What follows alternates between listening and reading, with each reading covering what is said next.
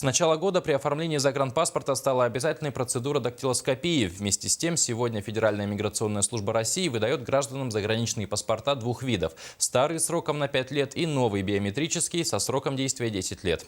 Об особенностях получения паспортов узнавала Тамара Бессмертная. Как изменилась процедура получения загранпаспорта в 2015 году?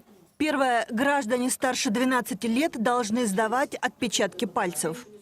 С 1 января этого года дактилоскопическая регистрация уже проводится сразу при сдаче документов на оформление загранпаспорт, и информация она вносится в электронном виде автоматически. Для тех, кто получил загранпаспорт в предыдущие годы, дактилоскопия не обязательно, но желательно. По словам начальника УФМС в Мирнинском районе Ольги Лукьяновой, для тех, у кого нет отпечатка в базе, увеличится срок получения шенгенской визы. Кроме того, некоторые страны и вовсе запретили въезд граждан, не имеющих дактилоскопических данных. Изменился размер государственных пошлин на оформление загранпаспортов как нового, так и старого поколения.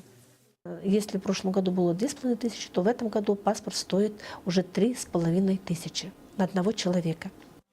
2000 рублей стоит загранпаспорт старого образца для взрослых.